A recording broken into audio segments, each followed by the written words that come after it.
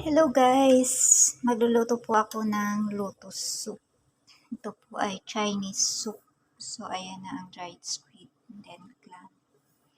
So, ayan na yung oyster, yung red dates. Then, pork bone. Then, lotus soup. So, ilagay na natin.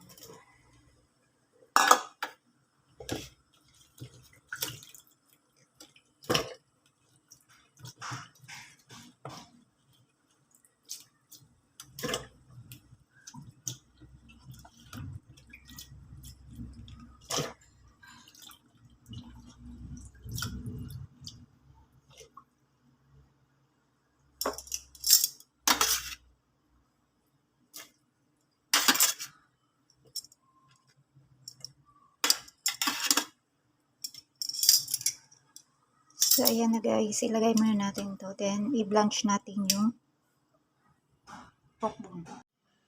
Ito guys, i-banlian muna natin ng kumupulong tubig yung karne.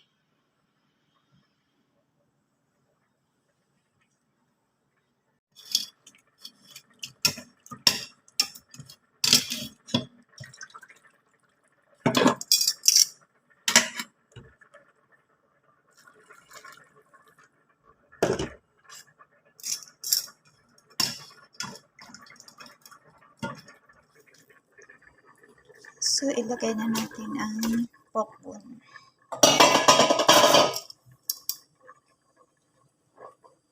So, ayan na po ang lotus soup. Pakuluan po natin ng 2 hours. 2 hours. Ayan. Ayan yung red dates. At ito naman ang dried squid. Para malasa ang ating soup. Lotus soup.